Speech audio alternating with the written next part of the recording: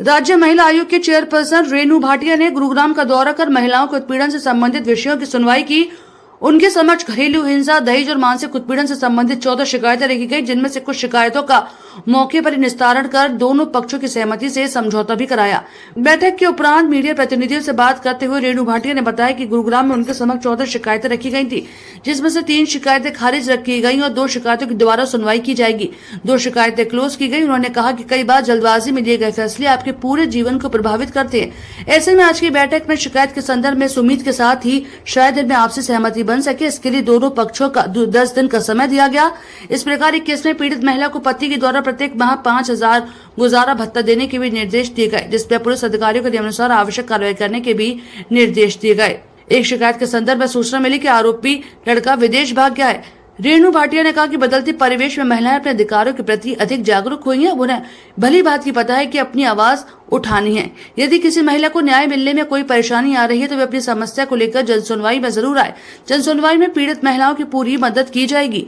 महिला आयोग उनके अधिकारों के संरक्षण के लिए एक मजबूत स्तंभ की तरह उनके साथ खड़ा है। भाटिया ने कहा कि महिला जन सुनवाई में आने वाली शिकायती प्रकरणों पर महिला आयोग द्वारा नियमित रूप से मॉनिटरिंग की जाती है। सदैव यह प्रयास रहता है कि वे पति और पत्नी को आमने सामने बिठाकर केस की सुनवाई करें, ताकि विवाद की जो भी असल वजह है वे सामने आए। इस दौरान उन्होंने संबंधित अधिकारियों को निर्देश दिए कि पीड़ित महिलाओं को न्याय दिलाने में किसी प्रकार की कोताही न बरती जाए।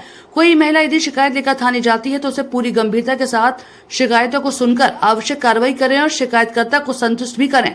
इस दौरान पूजा लोधी, लीगल असिस्टेंट सहायक प्रीति वर्मा सहित गुरुग्राम पुलिस के एसीपी और महिला थानों की एसएचओ संबंधित केस की आईओ भी उपस्थित रहे। आज की हमारी ये जो गुरुग्राम की केसेस की थी मीटिंग, इसमें हमारे पास 12 केसेस आए थे, जिनमें से हमने 3 केसेस कैंसिल किए। 2 केस को हमने 10 दिन का समय दिया है। एक केस में हमने फैसला खर्चे का बनता था पत्नी का, उसको 5,000 रुपए महीना तय करके हमने वो फैसला किया।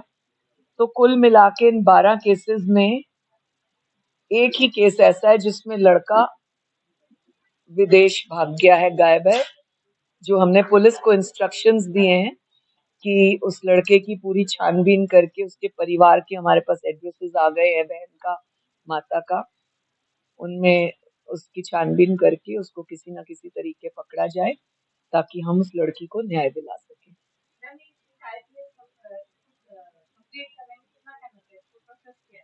आप करना चाहो तो एक ही हेयरिंग में कर सकते हो, अगर सारी चीजें मौजूद है। ना करना चाहो तो लटकाते रहो।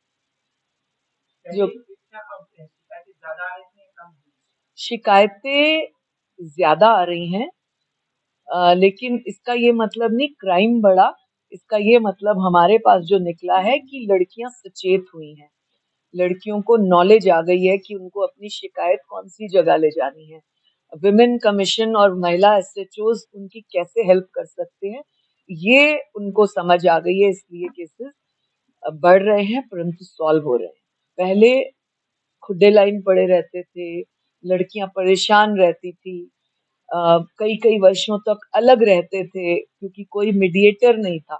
तो शायद महिला एसएचओज ने और विमेन कमीशन ने कनेक्ट होकर एक मीडिएटर की भूमिका निभाई है।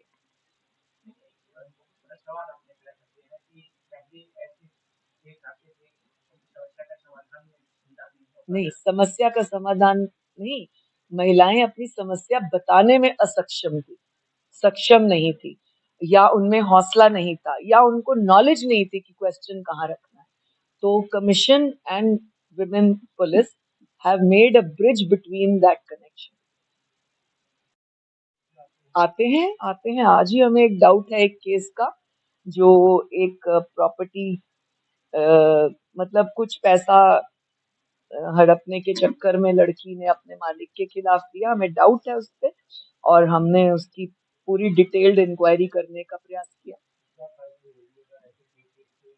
सेम धारा, अगर लड़का उस कुछ गलत करता है तो वही धाराएं हैं।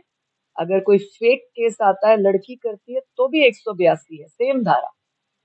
तो इसीलिए मैं आपके चैनल्स के माध्यम से बेटियों को आगाह करूंगी कि अगर आपकी जेन्युइन कंप्लेन है तो जरूर आए, महिला आयोग, महिला पुलिस आपके साथ स्तंभ की तरह खड़ा है, परंतु आप किसी को फंसाना चाहते हैं, गलत करना चाहते हैं, then Women Commission and Women Police both will work against you also.